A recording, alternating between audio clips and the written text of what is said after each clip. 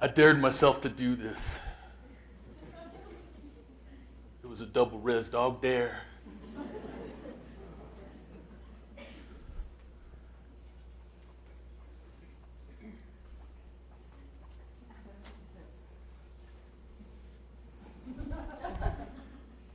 An Anglo friend of mine asked me once, "How much do you get for your Indian check?" I said, "I better make a call, because I never, ever, ever got my Indian check."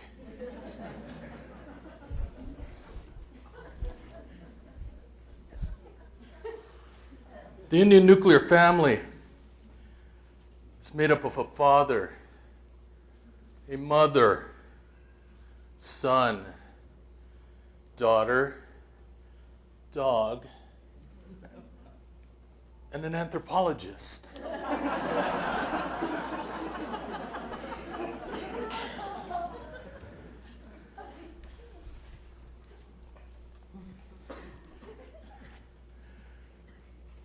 People always ask me, "What should we call you? American, Aboriginal, Native, Indian, what?"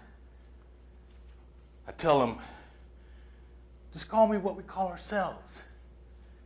Tsatistas and Suta. Oh yeah, and don't call me late for dinner."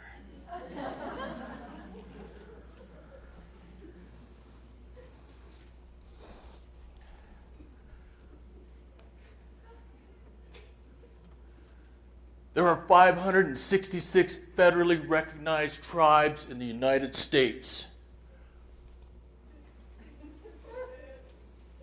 Oh man, that's a lot of Indians.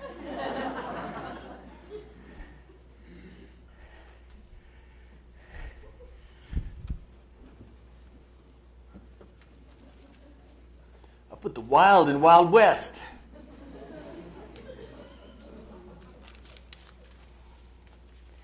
Vine Deloria once said, "The greatest thing the white man ever brought the Indian was Ray-Ban sunglasses."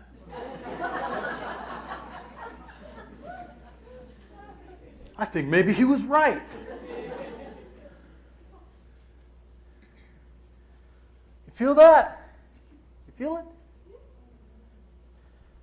That's that tension I was talking about in that little flippy flyer thing.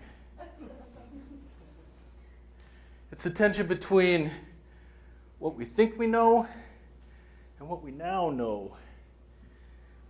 It's not a bad thing, is it? Brian, I found your presentation. Blew into the backyard. Hope you don't mind.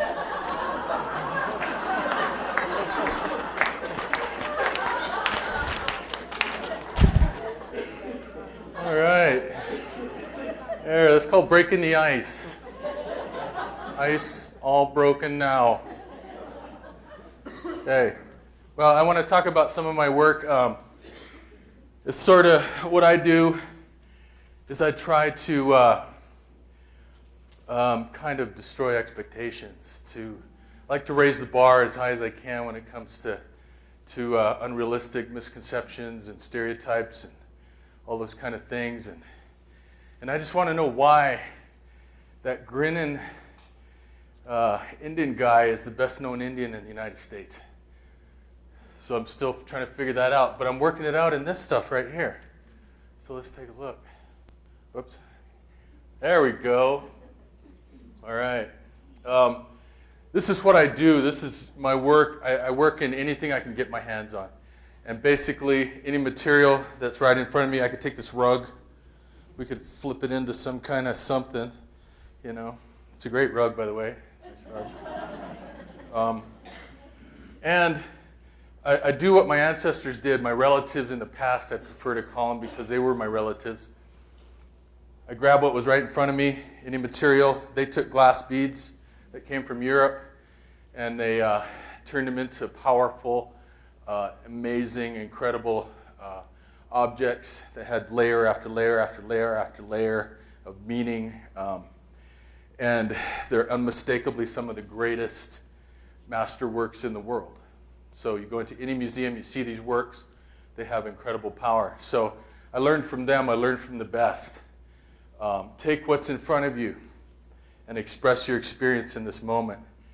This is a series I've been working on for a while called the Modern Warrior series. Done a number of these war shirts. I'm just going to show you a couple. This is the very first one. I want to show you this one because this one's been sort of the most known around the country. It's at the Met right now. And it started right here in Cody, Wyoming at the Buffalo Bill. I was doing a residency here years ago. This came to me, started working on it here, and the rest is history. But I was really, I've been in collections a lot over the years.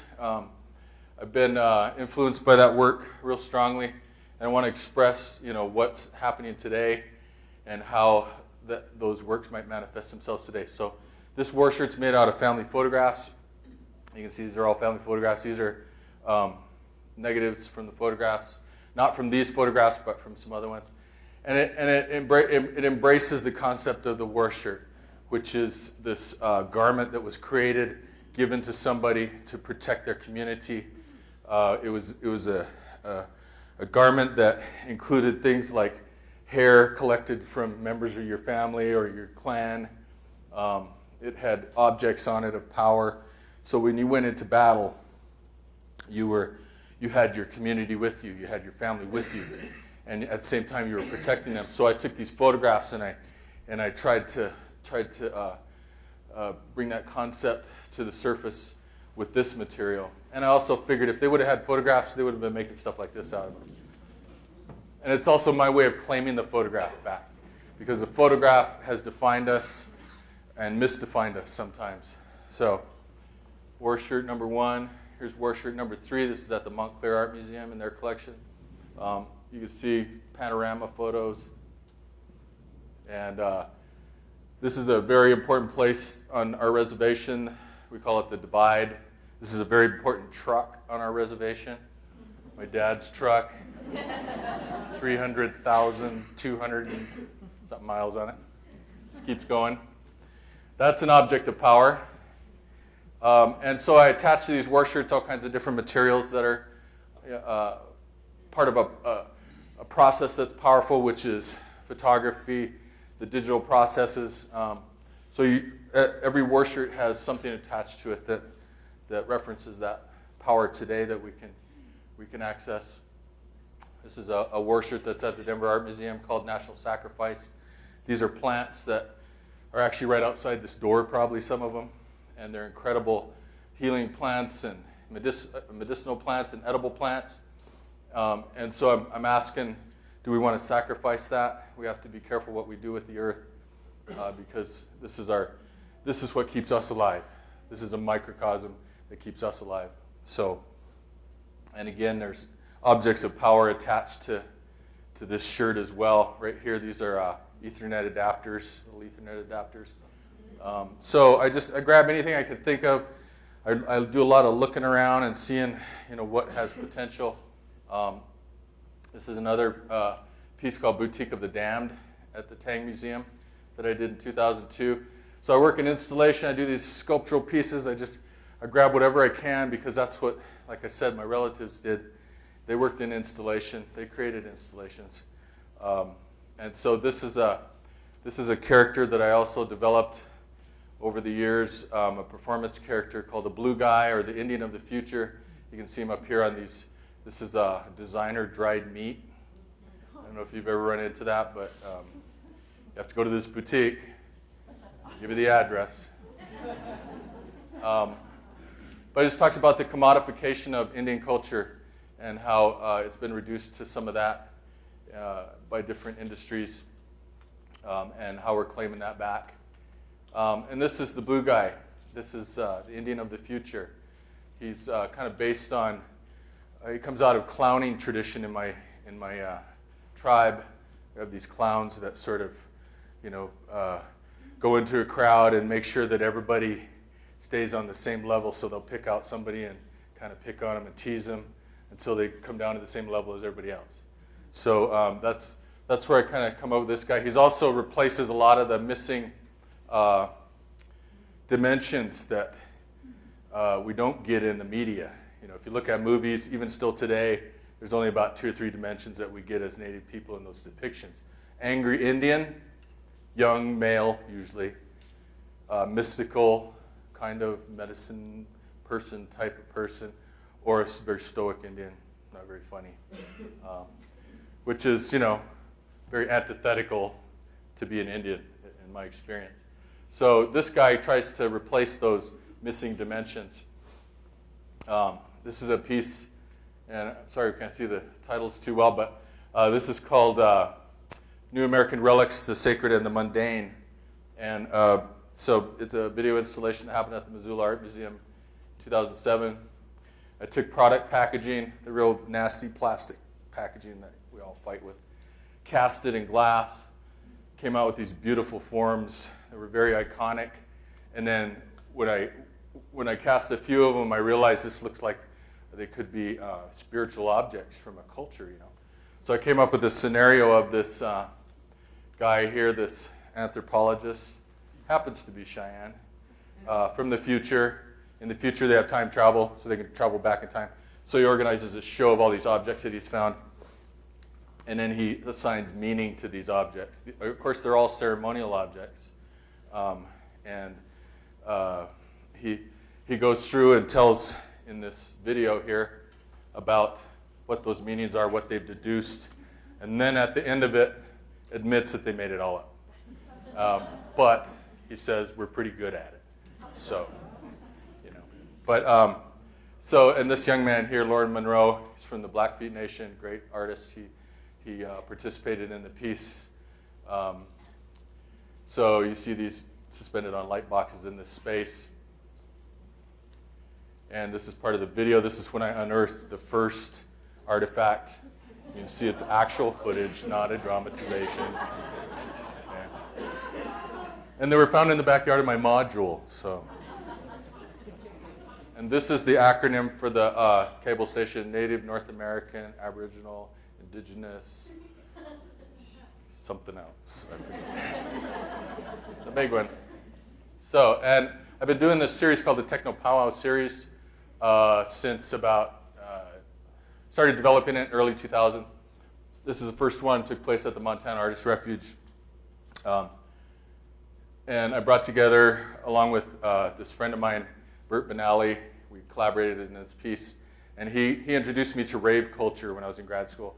So we went to all these raves. I'm at a rave, and I'm thinking, what if you took a powwow dancer, you drop a powwow dancer in the middle of this rave, what would happen? And I just knew that's what would happen right there. It would just tear it up. So that image stuck in my head, and so I brought in Bert to collaborate with me. He's a DJ. He's from the Dene people, the Navajo Nation. And we put this together with a bunch of different styles of dance. And we had this break dancer and this powwow dancer, and they battled. They did a Bboy Battle to start it off with. And then we had other dancers demonstrate.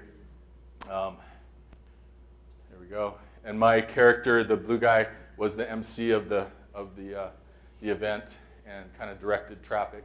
These are Irish dancers, young Irish dancers, belly dancers. We threw everything we could in the pot, and it was amazing, really amazing. So here's the second Techno Powwow, and this is my nephew right here, Zane Spang. He agreed to be a part of the piece. He led me out at the beginning of the piece, turned me loose on the crowd. They were a little scared. No need to be scared, though.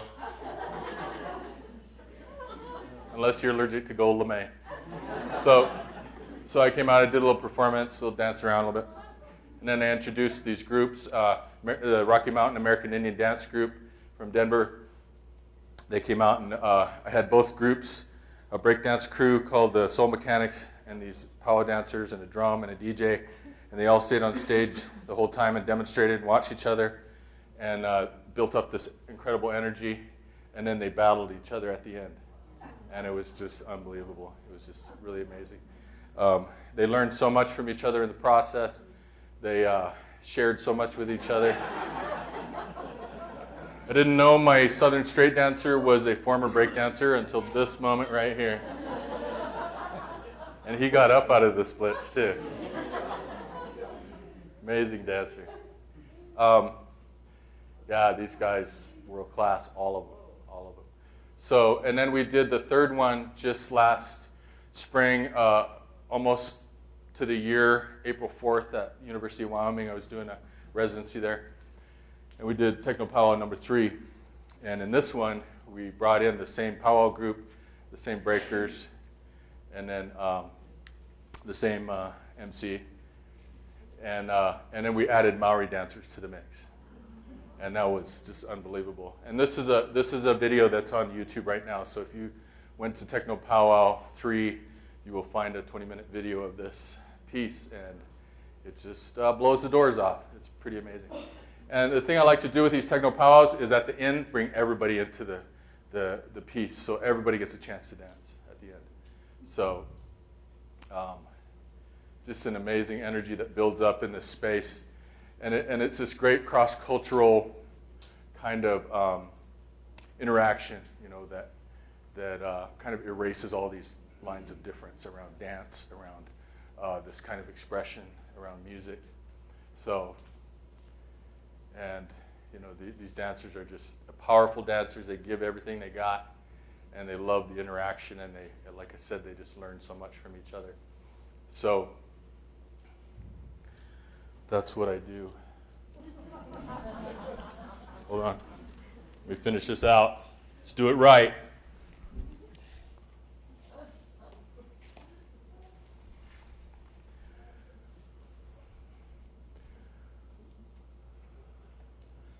I went to high school on the res with TEDx.